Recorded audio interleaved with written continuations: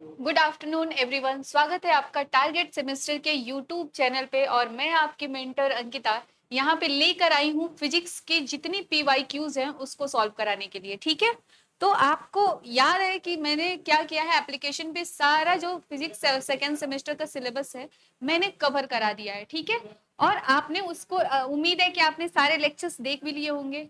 तो आज जो हम कराने जा रहे हैं वो है हमारा पीवाईक्यूज। आप ये देख रहे होंगे, ये पूरा क्वेश्चन पेपर के फॉर्मेट में है। ठीक है, तो ये आपको दिख रहा होगा।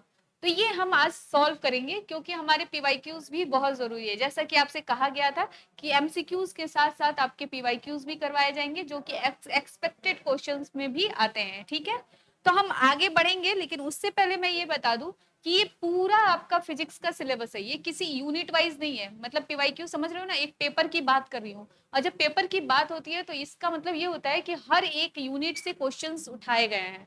ठीक है, तो हम चलो देखते हैं। यहाँ पे पहला क्वेश्चन देखो, the second law of thermodynamics deals with. ठीक है, तो जो सेकेंड लॉ ऑफ थर्मोडाइनेमिक है वो किससे डील करता है, कंजर्वेशन ऑफ एनर्जी या कंजर्वेशन ऑफ हीट या कंजर्वेशन ऑफ मोमेंटम या कन्वर्जन ऑफ हीट। ठीक है, ये तो देखो तो ब्लर होता जा रहा है क्या, आपको अच्छे से दिख रहा है ना? ठीक है,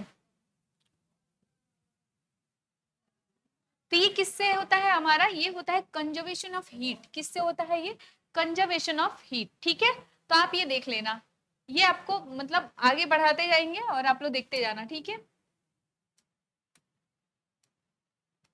अब बढ़ते हैं नेक्स्ट क्वेश्चन की तरफ। Two bodies are set to be in thermal equilibrium. अगर मैं किसी दो सिस्टम की बात करूं या दो यूनि मतलब दो ऐसे पिंड की बात करूं, बॉडीज की बात करूं, उनको तब कहा जाएगा कि वो उसमें साम्य अवस्था में है जब उनका टेम्परेचर जो होगा वो क्या होगा, इक्वल होगा। क्या होगा, जब टेम्परेचर उनका इक्वल होगा। तो आप देख सकते हो इस क्वेश्चन में शायद गलत ऑप्शन लगाया गया है। खैर आप ये देखो, ये जो फर्स्ट होगा टेम्परेचर, टेम्परेचर जब सेम होगा तभी क्या होगा, दोनों बॉडी जो होगी वो पूरी साम्य अवस्था में आएगी। क्लियर, तो ये हो गया हमारा दूसरा ऑप्शन सही। ये आपका पीवाईक्यू है इसलिए ध्यान से देखते जाएंगे, बार बार मैं ये रिपीट कर रही हूँ। ठीक है, efficiency of heat engine is, ये देखो मैंने अभी अभी जो एमसीक्यूज करवाया था उसके पहले, तो एमसीक्यूज में मैंने ये बताया हुआ है आपको कि जो एमसी इफिशियंसी का फॉर्मूला होता है वो नीटा eta is equal to 1 - T2/T1 होता है। ठीक है, तो ये हमारा सेकंड ऑप्शन क्या हो जाएगा, करेक्ट ऑप्शन हो जाएगा। ठीक है, eta is equal to 1 - T2/T1। Clear है यहाँ पे?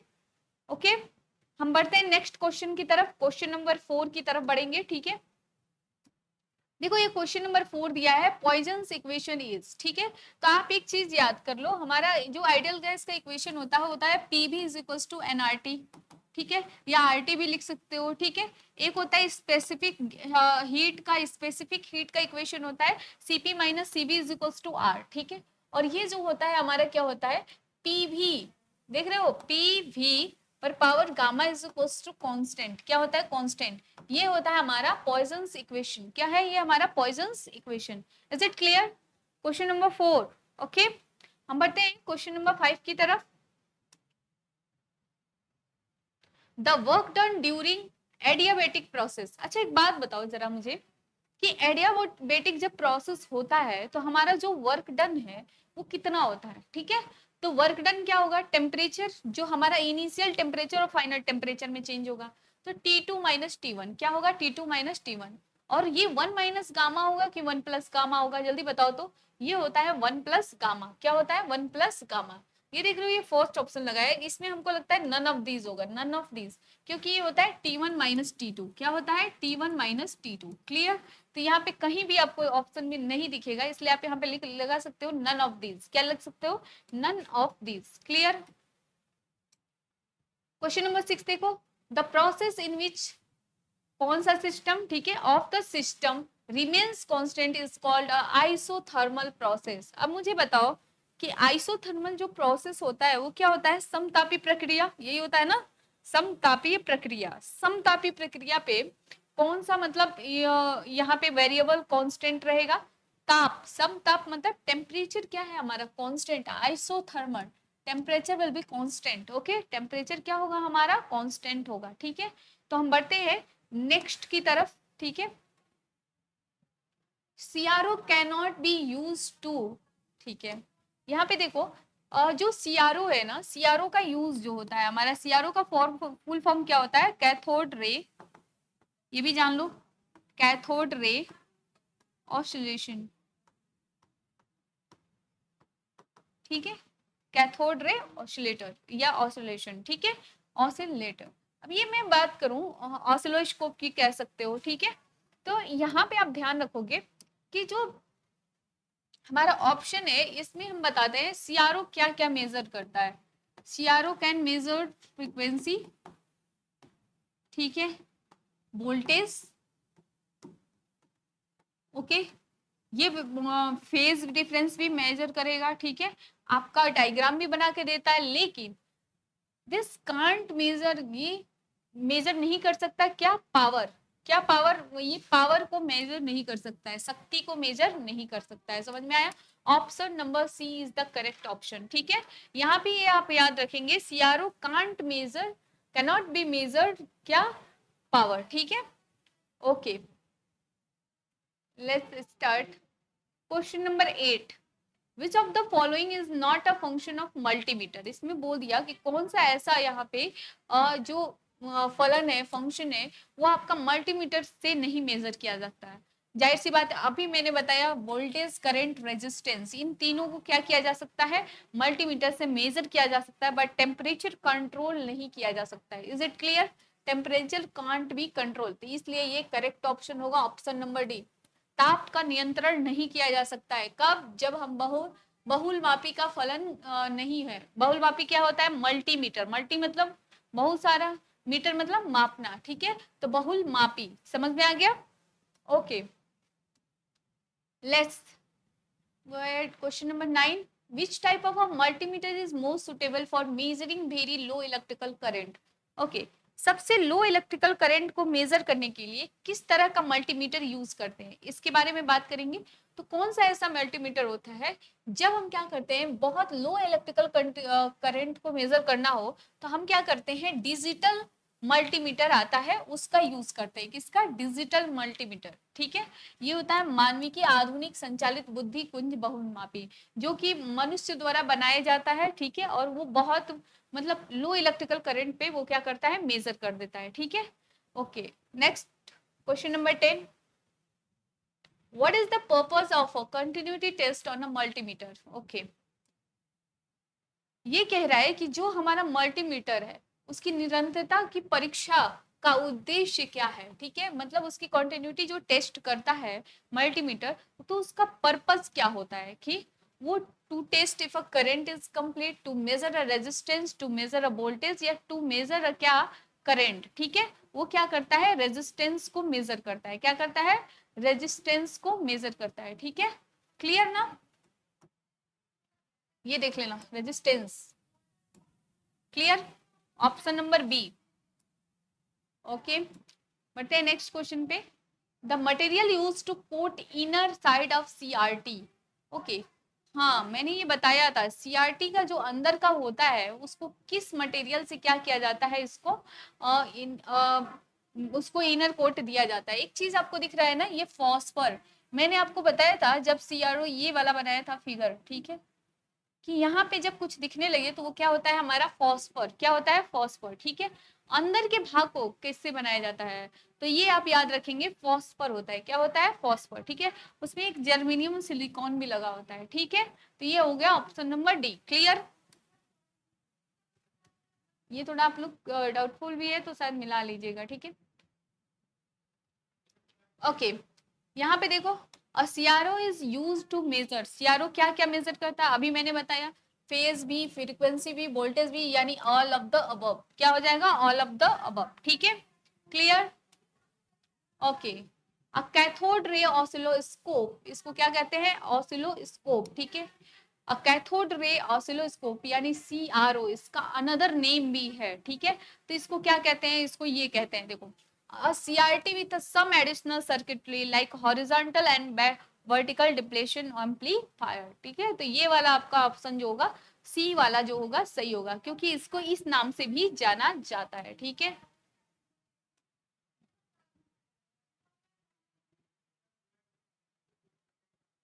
ओके, ये देखो question number 4, question number 14, sorry question number 14 देखो जरा।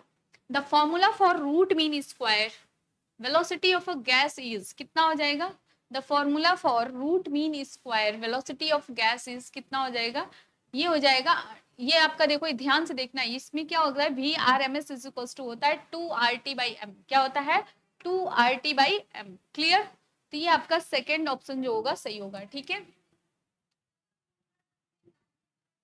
3 RT/m या 2 RT/m, देखो थोड़ा कंफ्यूजन है, इसको लो स्किप कर सकते हो एक सेकंड। तो यहाँ पे ये क्या हो जाएगा, देखो तो ये वाला ऑप्शन जो है फर्स्ट ए वाला ऑप्शन क्या हो जाएगा, ये सही हो जाएगा, ठीक है। तो ये ए वाला ऑप्शन सही हो जाएगा। अब बढ़ते हैं हम लोग आगे क्वेश्चन नंबर 15 की तरफ।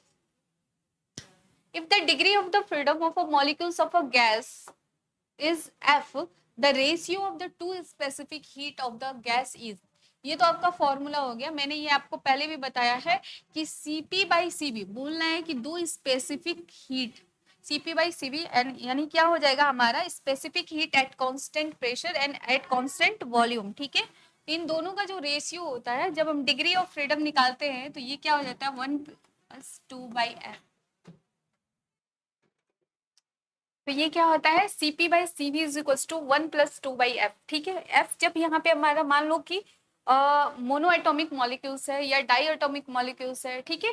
तो हम मोनो एटॉमिक मॉलिक्यूल्स के लिए यहाँ पे क्या करते हैं, हमको पता है कि उसकी डिग्री ऑफ फ्रीडम जो होती है वो कितनी होती है 3, मैंने ये आपको लेक्चर्स में पढ़ा रखे हैं, ठीक है।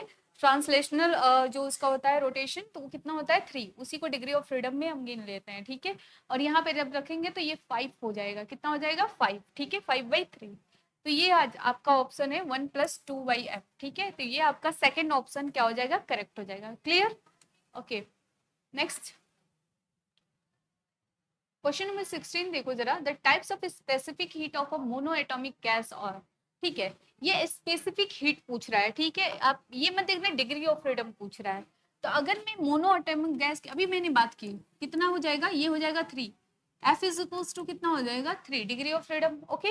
अब मैं यहाँ पे डिग्री ऑफ फ्रीडम की वैल्यू मैंने पुट कर दी और यहाँ पे ले लो एलसीएम, तो ये कितना हो जाएगा 3+2 कितना हो जाएगा 5/3। ये 3 वाला तो डिग्री ऑफ फ्रीडम है, स्पेसिफिक हीट की बात करूं मैं तो वो कितना हो जाएगा हमारा 5, क्या हो जाएगा 5।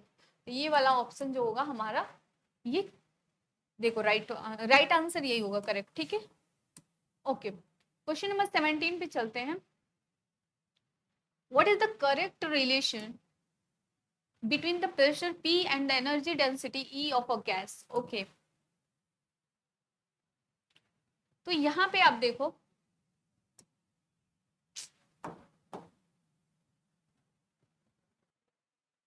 तो ये क्या हो जाएगा हमारा, यहाँ पे देखेंगे 2/3E, क्या हो जाएगा 2/3E। इसी तरह ये वाला ऑप्शन ही सही होगा, ठीक है, 2/3E, ठीक है। ये आप लोग देख लेंगे। अच्छा एक बात बताओ, एंट्रोपी रिमेन्स कांस्टेंट कब रिमेन्स कांस्टेंट, एंट्रोपी कब कांस्टेंट होती है? तो ये एंट्रोपी कब कांस्टेंट होगी, जब हमारा वो कैसा प्रोसेस होगा, वो होगा हमारा एडियाबेटिक प्रोसेस, क्या होगा एडियाबेटिक प्रोसेस। जब नो हीट एक्सचेंज, जाहिर सी बात है क्या होगा, एंट्रोपी कोई भी उसमें चेंज नहीं आएगा, ठीक है। Is it clear? चलो बढ़ते हैं हम लोग, जल्दी जल्दी कंप्लीट करेंगे, क्वेश्चन नंबर 19 की तरफ बढ़ते हैं। Okay, the temperature of inversion of an ideal gas is, ठीक है। तो जो टेम्परेचर ऑफ इन्वर्जन होता है आइडियल गैस में, वो क्या होता है Ti, जिसको टेम्परेचर ऑफ इन्वर्जन को हम किससे डिनोट करते हैं, Ti से डिनोट करते हैं, ठीक है। जो कि बराबर होता है किसके, 2A/RB, जिसमें ए और बी जो होते हैं वो क्या होते हैं, जूल थॉम्सन कांस्टेंट होते हैं, ठीक है। तो आप यहाँ पे याद रखेंगे ये ए और बी क्या है हमारे कांस्टेंट है, 2/R ऐसे मान सकते हैं, ठीक है। तो ये आप फर्स्ट ऑप्शन देख रहे होंगे, ये आपका करेक्ट ऑप्शन है, ठीक है। ओके, नेक्स्ट क्वेश्चन पे बढ़ते हैं हम लोग। Joule Thompson coefficient for an ideal gas, देखो कभी भी हम, मैंने आपको जब हमने पढ़ाया था जूल थॉम्सन कोफिशिएंट के बारे में, तो मैंने बताया था कि वहां पे क्या होता है, वो कोफिशिएंट क्या होता है, 0 के बराबर हो जाता है, किसके बराबर हो जाता है, 0 के बराबर हो जाता है, ठीक है।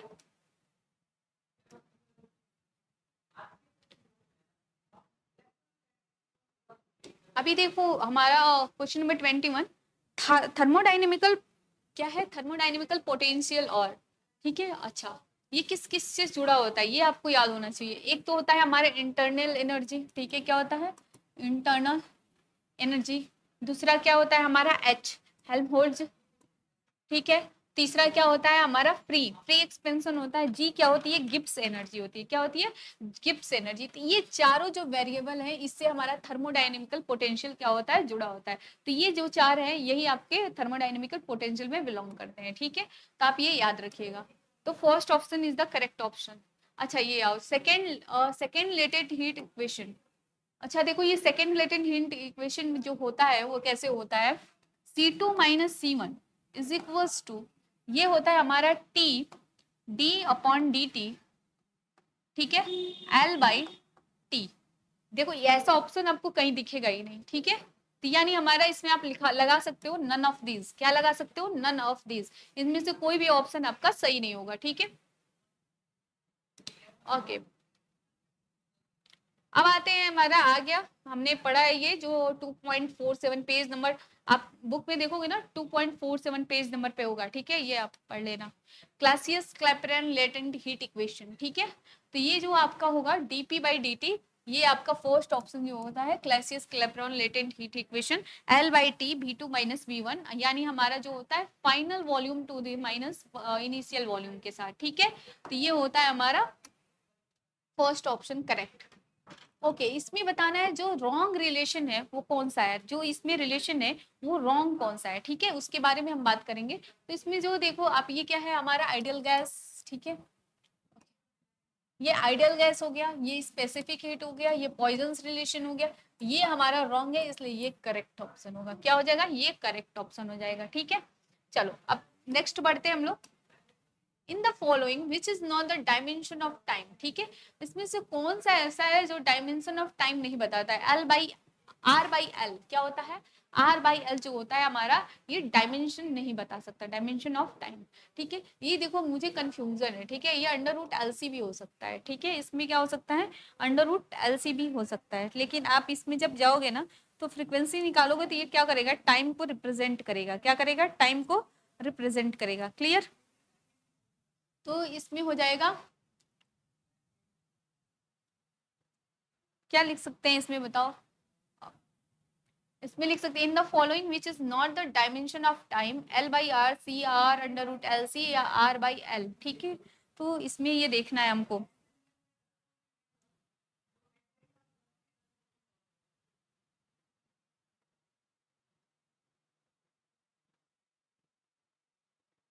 कैपेसिटेंस तो होता है M/1, ठीक है, L/C डजंट हैव अ, ठीक है।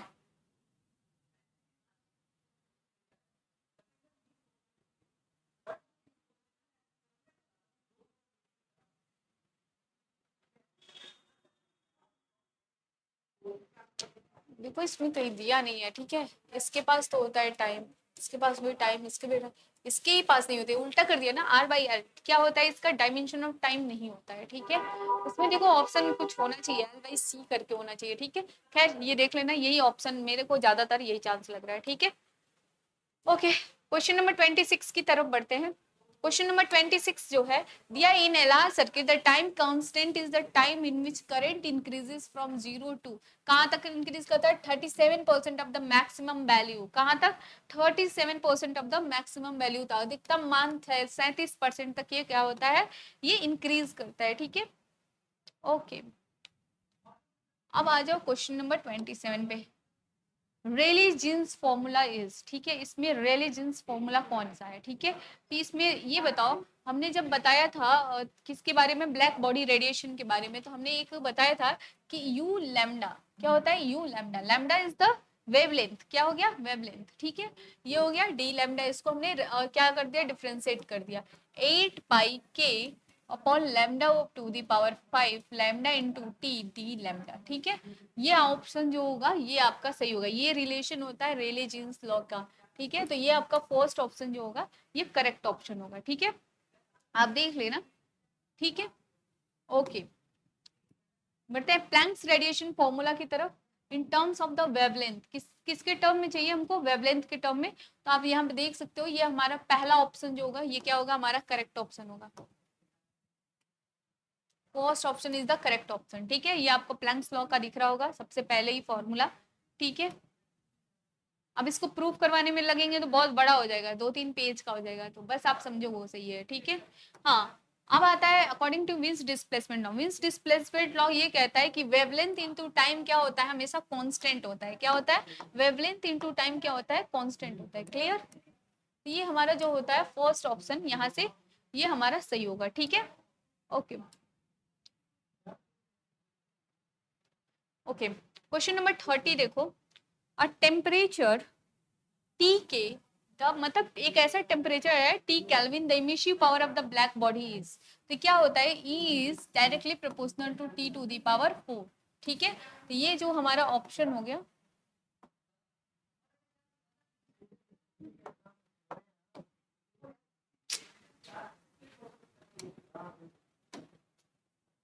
ये जो ऑप्शन होगा ये हमारा क्या होगा, करेक्ट ऑप्शन होगा। ठीक है,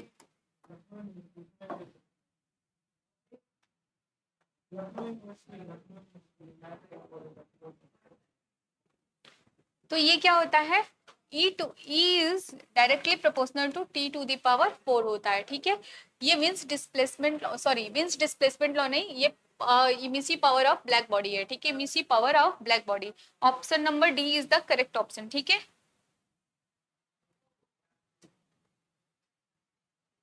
question number 30, okay question number 34 देखो,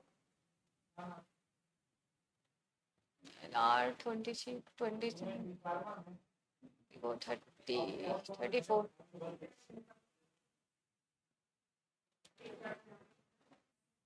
तो यहाँ पे ये क्या हो गया, the formula for most probable speed of a gas is. ठीक है, तो जो भी हमारे गैस का स्पीड है वो मोस्ट प्रोबेबल जो उसका फॉर्मूला होता है, मतलब लगभग प्रायिकता सर्वाधिक सर्वाधिक संभावित जो भी कह लो। ठीक है, ज्यादा उसकी संभावना हो यूज करने की, तो वो होती है, एक तो आप इसको सी से भी नोट कर सकते हो, सी भी रिप्रेजेंट करता है स्पीड को। ठीक है, तो यहाँ पे आपको भी से रिप्रेजेंट करना है, ये हो गया 2 kT/m, √2 kT/m। ठीक है, तो आप ये देख लेंगे, ये फॉर्मूला नंबर फर्स्ट, ये जो आपका ऑप्शन नंबर फर्स्ट है वो आपका सही हो जाएगा। ठीक है, अब बढ़ते हैं हम क्वेश्चन नंबर 35 की तरफ। The process of changing a weak signal without alternating shape into a strong one is known as, ये तो डेफिनेशन हो गया आपका, ध्यान से देखो जरा, ये डेफिनेशन किसका है, आपको नहीं लग रहा है कि ये एम्पलीफिकेशन का डेफिनेशन है। ये क्या कर रहा है कि ये एक प्रोसेस है जिसमें एक वीक सिग्नल को बिना किसी साइज को चेंज किए हुए उसको क्या किया जा रहा है, स्ट्रॉन्ग बना दिया जा रहा है। तो ये क्या हो गया, हमारा एम्पलीफाई कर रहा है, क्या कर रहा है, एम्पलीफाई कर रहा है। ठीक है, तो ये हो गया हमारा ऑप्शन नंबर 4 करेक्ट ऑप्शन। ठीक है, बढ़ते हैं नेक्स्ट क्वेश्चन की तरफ, question number 36, the input and output voltages of common emitter amplifier are. ठीक है, ये क्या होते हैं, ये होते हैं 180 degree out of phase, 180 degree चरण से बाहर होते हैं, इसीलिए इनको कभी कभी निगेटिव में भी दर्शाया जाता है। क्या होता है, ये निगेटिव में भी दर्शाया जाता है। ठीक है, ओके इज इट क्लियर, ये आपका, आप देखो ये सेकेंड पार्ट से ये क्वेश्चन उठ रहे हैं।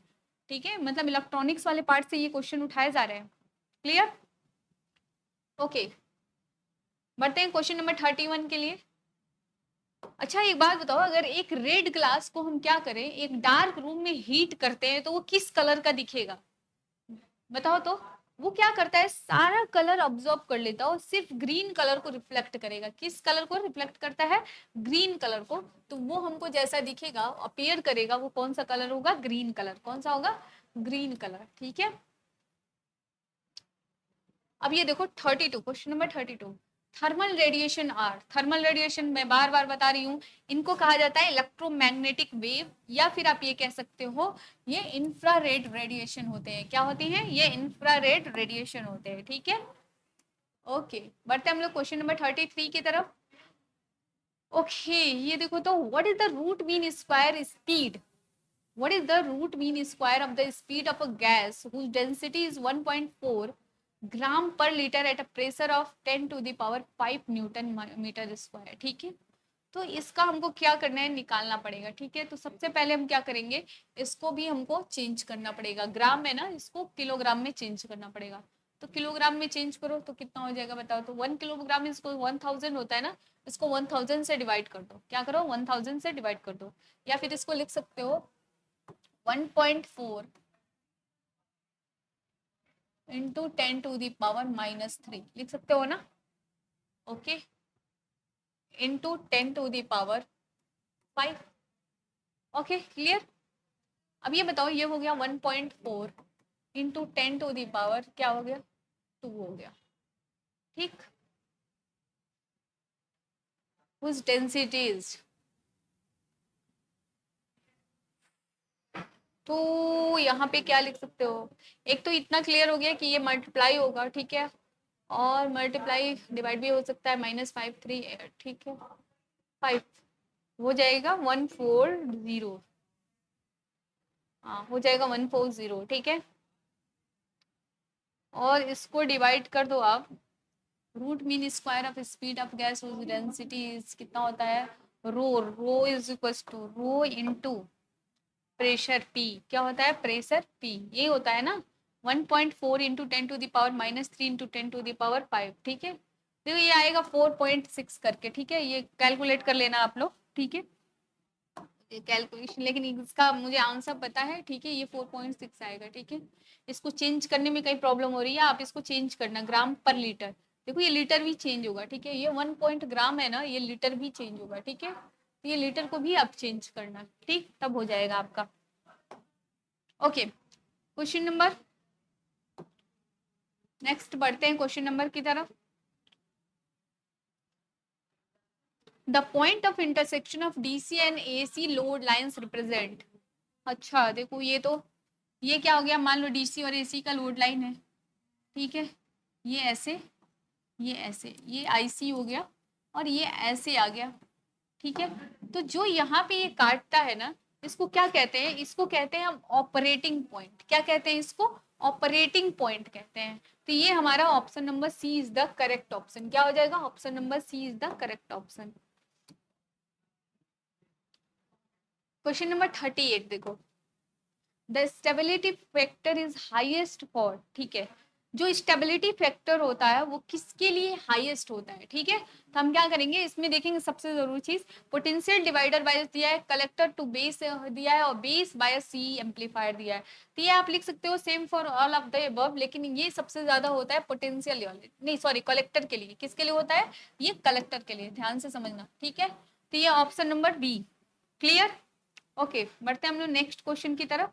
39, क्वेश्चन नंबर 39 देखो, देखो इसमें मिली एम्पियर को एम्पियर में चेंज करना पड़ेगा, ठीक है, ये कर लेना आप लोग।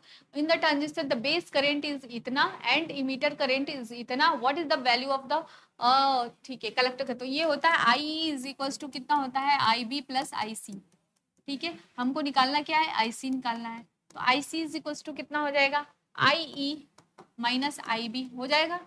आई ई कितना दिया हुआ है हमारा, दो current of emitter current and the emitter current is इतना, द बेस करंट इतना इमीटर, ये कितना हो गया 9.6, कितना हो जाएगा बताओ। तो इसमें मिली एम्पियर है ना, मिली एम्पियर में ही निकालो, मिली एम्पियर माइनस ये हो गया करंट 0.08, कितना हो गया 0.08 मिली एम्पियर, ठीक है।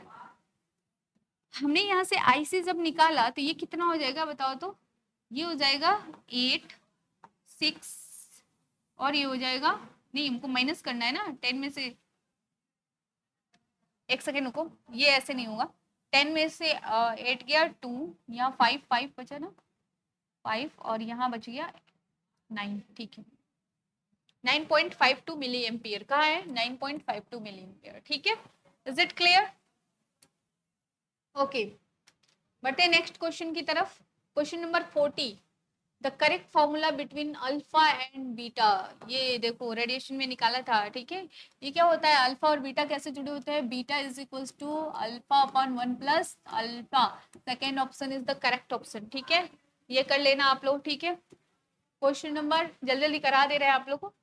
How many diodes are use in the bridge rectifier. Bridge rectifier में कितने डायोड होते हैं, तो कैसा होता है ब्रिज रेक्टिफायर बनाऊं तो, देखो तो ऐसा होता है 1 2 3 और ये हो गया 4, कितने डायोड हो गए, यहाँ पे 4 डायोड हो गए ना, देखो तो एक ब्रिज रेक्टिफायर में आपके 4 डायोड हो गए, ठीक है, क्लियर ना। Fourth option is the correct option. आगे बढ़ो। 42, क्वेश्चन नंबर 42 देखो तो, zener diode is used for, zener diode किसके लिए यूज किया जाता है, रेक्टिफिकेशन के लिए। किसके लिए किया जाता है, कम प्रतिरोध नियंत्रण, रेक्टिफिकेशन किसके लिए, रेक्टिफिकेशन के लिए, सॉरी नहीं नहीं, लो रेजिस्टेंस के लिए, लॉ रेजिस्टेंस, ठीक है, ये लॉ रेजिस्टेंस नहीं होगा, लो रेजिस्टेंस, देखो हम कंफ्यूज हो गए, ये क्या होगा, लो रेजिस्टेंस होगा, ठीक है, स्पेलिंग मिस्टेक है। The barrier potential of silicon diode at a room temperature is, कितना होता है, 1.0 वोल्ट होता है, 0.3, 0.7 या 2 मिली वोल्ट, कितना होता है, 0.7 ना। ओके, ऑप्शन नंबर सेकेंड और depletion region is the zone which contains, एक बात बताओ, जब हम डिप्लेशन रीजन बना रहे थे तो ये क्या था, हमारा होल था, ठीक है, ये क्या था, हमारा इलेक्ट्रॉन था, बीच में क्या आते हैं, इलेक्ट्रॉन, और ये होते हैं होल्स, ठीक है, तो इनको बीच में क्या कहा जाता है, डिप्लेशन रीजन, क्या कहा जाता है, डिप्लेशन रीजन, ठीक है। तो यानी ये दोनों ही क्या करता है, दोनों को कंटेन करता है, तो बोथ इलेक्ट्रॉन एंड होल्स, ठीक है, option number C is the correct option, clear. P type crystal में क्या क्या होता है, सबसे ज्यादा क्या होती है, होल्स की। एन टाइप में क्या होता है, हमारे इलेक्ट्रॉन्स होते हैं, क्या होते हैं, इलेक्ट्रॉन्स, ठीक है, तो option number B is the correct, ये आपको बता दिया गया सेमीकंडक्टर में, ठीक है। अच्छा ये वाला देखो जरा, the safe limit of a temperature for germanium and silicon. अच्छा मैं एक बात करूं, जर्मेनियम और सिलिकॉन, तो जर्मेनियम की क्या होती है, 0 डिग्री से 80 डिग्री, सॉरी 80 डिग्री से 100 डिग्री, सॉरी देखो ये मेरे से मिस्टेक हो गया, जर्मेनियम क्या होता है, 80 डिग्री सेल्सियस से होता है 100 डिग्री, और सिलिकॉन कितना होता है हमारा, वन 120 180 से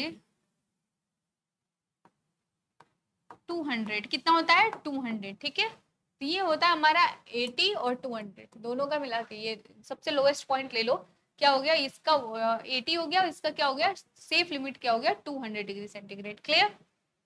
fourth option is the correct. Network theorems can be applied DC and AC both for a both, ठीक है, option number C is the correct, okay. Question number 48 देखो तो, a network containing circuit elements without any energy source is, अच्छा जो network में क्या होता है, किसी एनर्जी सोर्स का यूज नहीं किया जा सकता है, मतलब क्या करे कि करंट फ्लो होने में कोई भी एनर्जी सोर्स जैसे एसी करंट या ये कोई भी करंट फ्लो नहीं कराया जाए, कोई वोल्टेज नहीं दिया जाए, वो कैसा नेटवर्क होता है, वो हमारा पैसिव नेटवर्क कहलाता है, क्या होता है सॉरी, पैसिव नेटवर्क कहलाता है, क्या होता है, पैसिव नेटवर्क, ठीक है। क्वेश्चन नंबर 49 देखो, the Schering bridge is use to measure, Schering bridge से क्या नापा जाता है, कैपेसिटर, कैपेसिटी नापा जाता है, ठीक है, ये कैपेसिटर को नापता है वहां से, तो ये कैपेसिटर के बारे में ये सारे रिजल्ट बताता है, जिसको यहाँ पे शायद उन्होंने मिस प्रिंट किया हो, लेकिन ये कैपेसिटी मतलब ये नहीं कि उसकी क्षमता, कैपेसिटी यहाँ पे देखो हिंदी में क्लियर कर दिया है, ये क्या है, धारिता, क्या हो गया हमारा, धारिता, इज इट क्लियर, ओके। और इस पूरे पीवाईक्यू का ये हमारा लास्ट क्वेश्चन है, उम्मीद है आप पूरा देख लिए होंगे, अच्छे से समझ में भी आया होगा, और आप लेक्चर्स भी देख रहे होंगे, ठीक है, ऐसे ही आपके सारे पीवाईक्यूज करवाए जाएंगे, और आपके एमसीक्यूज भी पड़ गए हैं यूट्यूब पे, तो आप देखते रहिएगा, ठीक है। तो ये आपका लास्ट क्वेश्चन है, देखो, capacitor of capacity 0.5 microfarad and a resistance 10 micro ohm is charge to a potential difference of 10 volt, तो ये कितना हो जाएगा, इसके बारे में पूछ रहा है, ठीक है। ये 0.5 है ना, ये क्या है, 10 है, ठीक है, ये कितना हो गया हमारा 10, अब लिख सकते हैं, इसको चेंज करो, 0.5 इंटू 10⁻⁶, इज इट क्लियर।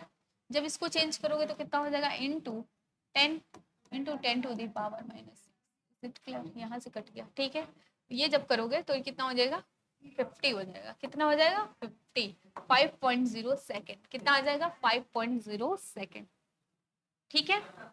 या फिर आप डायरेक्ट 10 से मल्टीप्लाई कर सकते हो। जब इसको चेंज किया हमने तो ये भी होगा, ठीक है। 0.5 इंटू 10 डायरेक्ट ये भी कर सकते हो, तो ये कितना हो जाएगा 5 सेकेंड, कितना हो जाएगा 5 सेकेंड आंसर हो जाएगा। Is it clear? तो ये आपके पीवाईक्यू का ये लास्ट क्वेश्चन था। तो मिलते हैं आपसे अगले दूसरे पीवाईक्यू के साथ। हम सारे क्वेश्चन सॉल्व करेंगे। उम्मीद है आपको सारे क्वेश्चन समझ में आए होंगे। जो नहीं समझ में आए होंगे तुरंत आप कमेंट बॉक्स में कमेंट करते रहिएगा। बाकी आप इस पीवाईक्यू के बाद आप ग्रुप में तुरंत ज्वाइन हो जाइए, जहाँ पे अगस्त सेमेस्टर के सभी बच्चों के ग्रुप में जो भी आपके इंपॉर्टेंट नोटिफिकेशन है वो मिल जाते हैं, साथ ही आपके डाउट भी क्लियर किए जाते हैं, ठीक है। तो आप ग्रुप में ऐड होते रहिए। और दूसरा चीज, आप लिंक पे जाइए। अगर अभी तक आपने लेक्चर नहीं देखा है तो मैंने पूरा सिलेबस कंप्लीट कर दिया, उस लेक्चर को जाके देखिए पूरा, ठीक है। और एमसीक्यूज और पीवाईक्यूज सारे कर लीजिए। आज के लिए बस इतना, थैंक यू।